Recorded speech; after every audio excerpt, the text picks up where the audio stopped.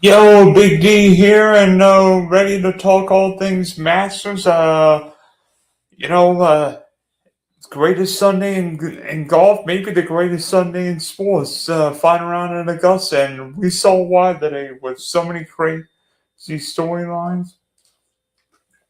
But in the end, Roy McIlroy successfully defends his Masters. So does that mean Roy's got to put the green jacket on himself? No, I think the one. I think the one. I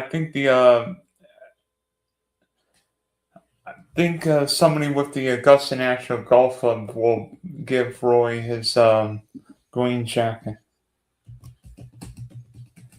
Uh, so I'm talking all things Roy, Cam Young, Scotty, all things craziness, Grand Slams, history.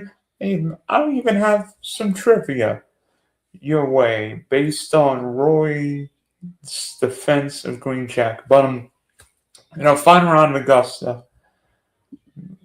Um, you know,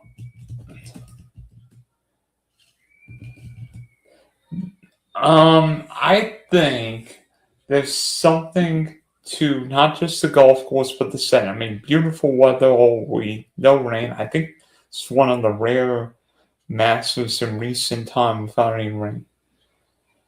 But honestly, there's nothing better in golf. I mean, Pebble may bring out the beauty. St. Andrews brings the history, but Augusta brings out the tradition. Today we saw the finals of Augusta. We saw some great shots from hole outs for Eagle, Jordan Speed for 13. I think there was a hole out 7. There were bad shots. Some shots made you go like, what happened? I mean, how Tom Lee made a 10, a quintuple bogey, and that was after making triple at 12. Oof. 8 over on 2 holes, not good.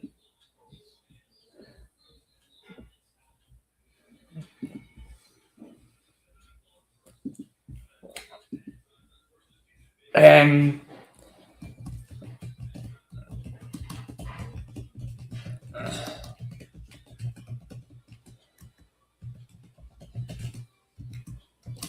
I think in many ways today, Roy was able to handle himself.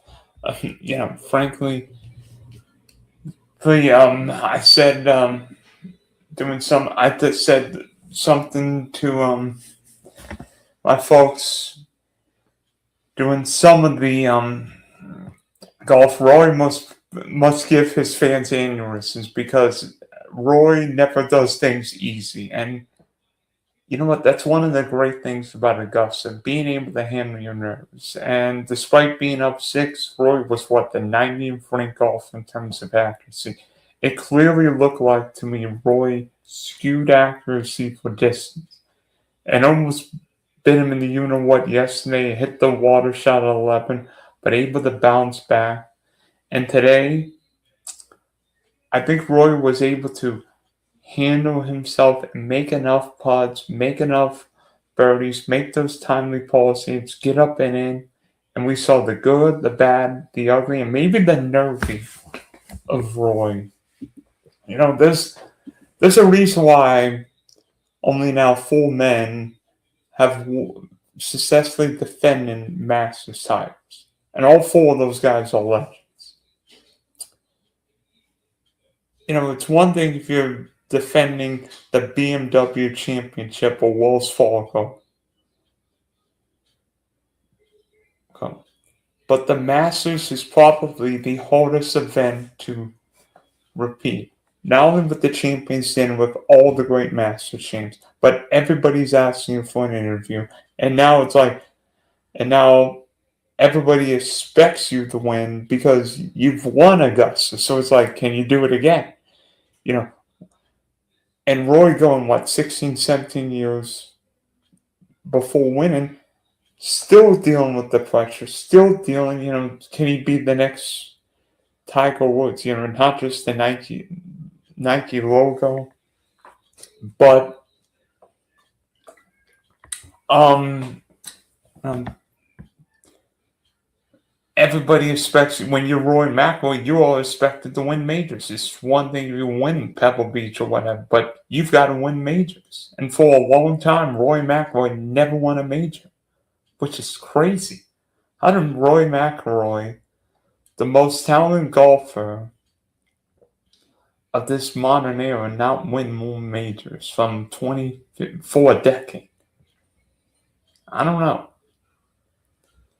But I think, Roy finally got the proverbial monkey off his back, and we're seeing a more relaxed Roy. I mean, but there are also moments of nerviness. I mean, we even saw it on Sunday. Paul in the second hole, not necessarily the best tee shot, but getting up and in for birdie at 3, and then the fourth hole was just a complete mess. I mean, not the best tee shot. I mean, 4, 5, and 6 are brutal holes. That 3 of the hardest holes in at Augusta.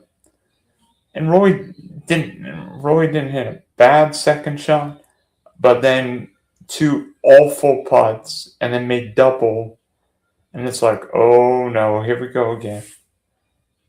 And then 5th hole, actually played the hole really well, got in for Paul. But then the 6th hole, bogey, then it's like, uh-oh.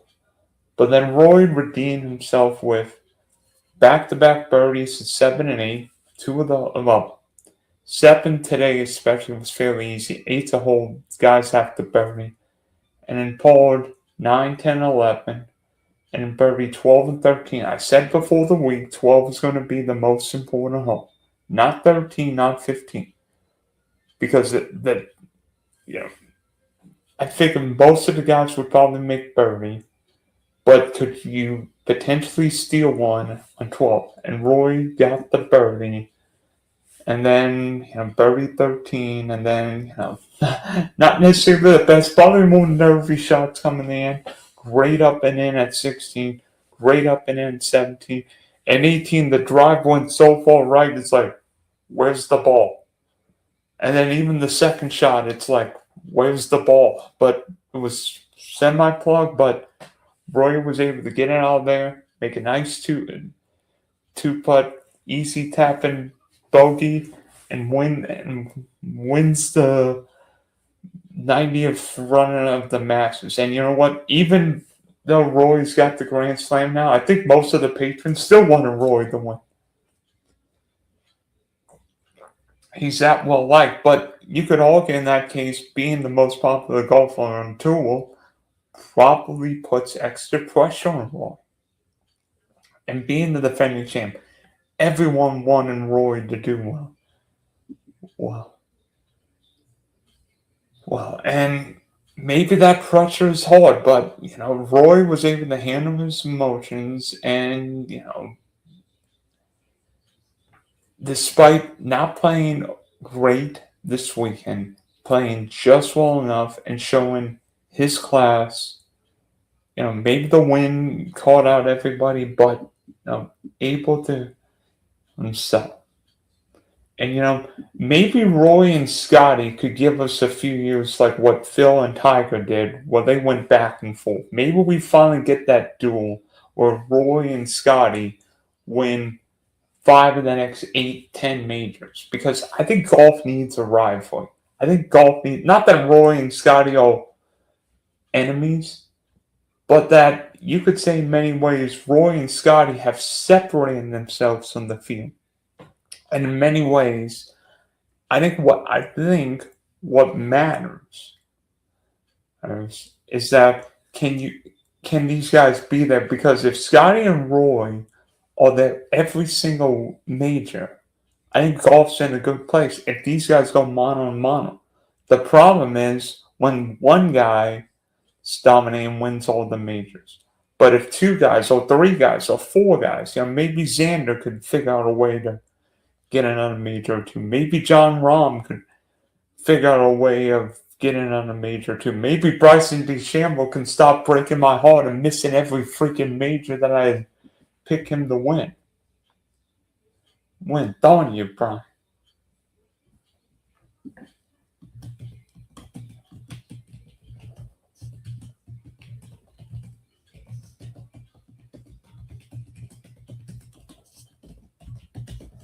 I mean, yeah, and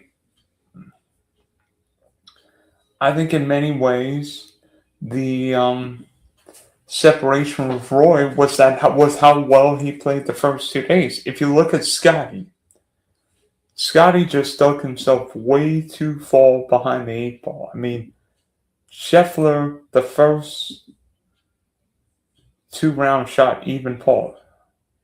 I mean, he went 70 and 74, and it's like he's done. But then he shot 765, and today he shot 468.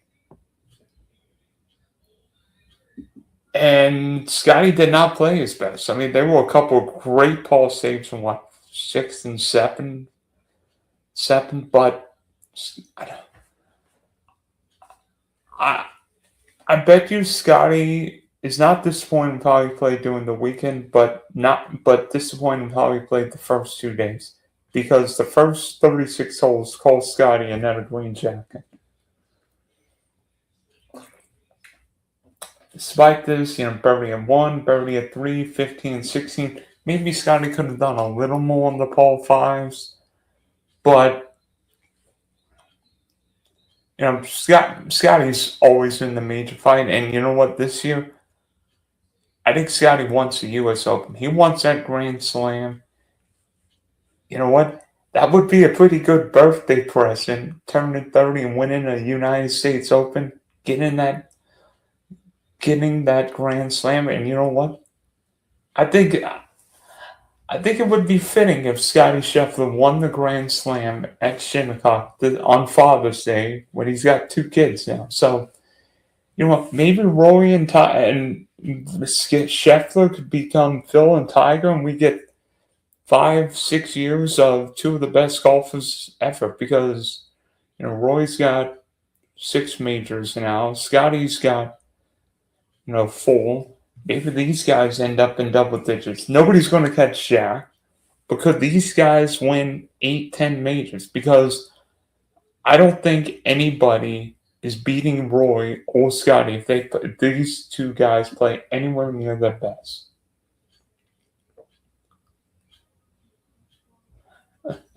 I mean, it's crazy how well Scotty and Roy have played in majors the last couple of years. And what's going to happen the rest of the year? Because this is just the first major of the season. Cam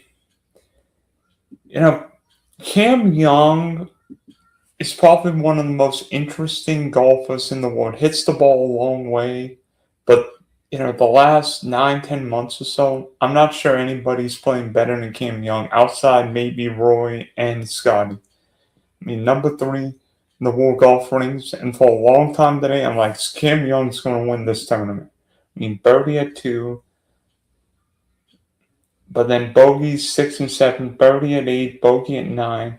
But then the back 9 just seemed like he could never get something going. I mean, 9 straight pars, which at a U.S. Open would be fantastic, probably win, but not Augusta.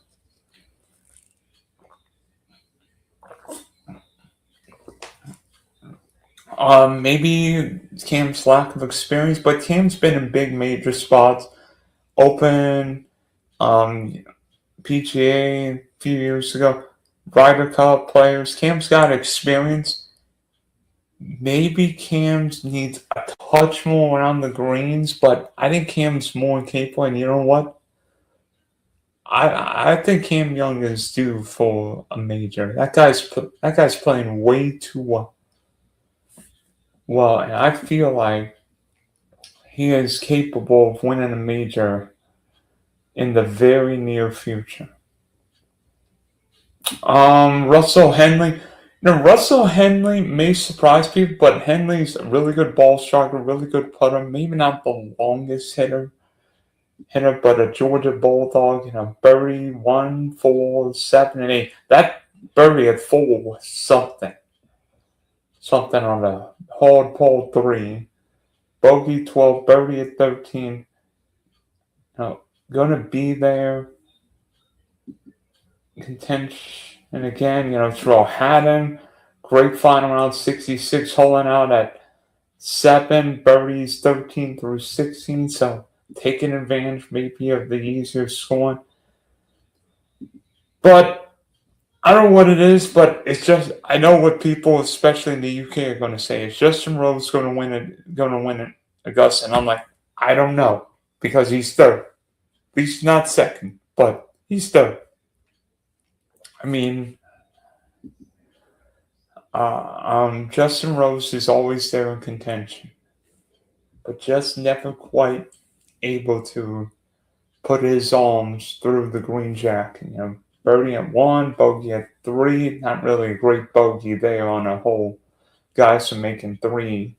Great birdie at 5. I mean, Hal Rose made a birdie on one of the toughest holes on the course. And birdies 7, 8, 9, but then bogeys 11, 12, 17. Just not enough birdies on the back 9 to threaten Roy or Scotty. But class is ever. Justin Rose is always in contention. In many ways, I think showing his professionalism, despite not necessarily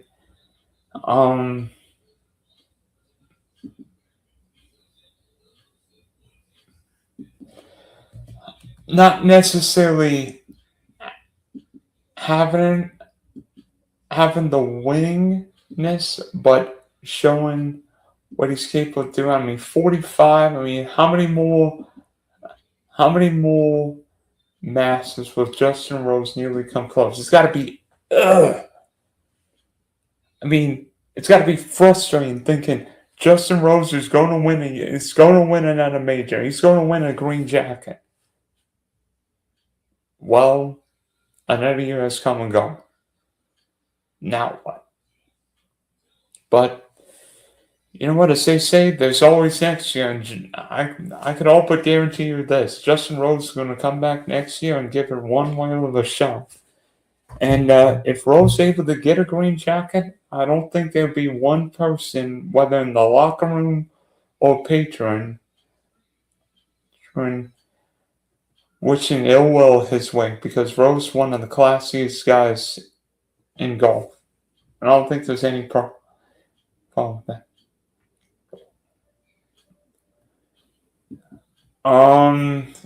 Sam Burns is probably wondering what the heck happened on the Pole 5 second, because he birdied 1 and looked like Sam was going to be in major contention, but then disaster, I think, took an unplayable at 2, then doubled, then bogey 3, made a pulled out the rest of the front 9, bogey 10, made some moves 13, 14, 16, bogey 17, but Sam's always a great putter, and that can get him out of trouble, but got to keep a few more drives in play, and maybe Sam Burns could be in the major run. I mean, Colin Morikawa, 5 in a row, 12 through 16. I mean, backdooring his way into a top 10, showing his back's ready to rumble. Maybe Colin Morikawa will like the PGA Championship, because shorter layout and a run mix, maybe one where drivers aren't necessarily at a huge advantage. We'll see, because you can't wait for the PGA coming up next month, then the Open Shinnecock, U.S. Open Shinnecock, then the Open at Birkdale in July. So, roughly 20 minutes in here. I'm the trivia savant. So, I'm gonna give you a flashback to Monday's Masters preview with Matt Vincenzi, where we discussed one certain matter.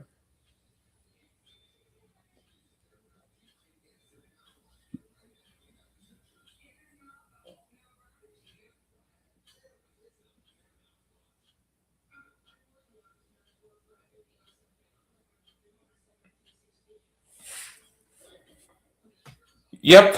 Anybody wants to fool me with trivia? I've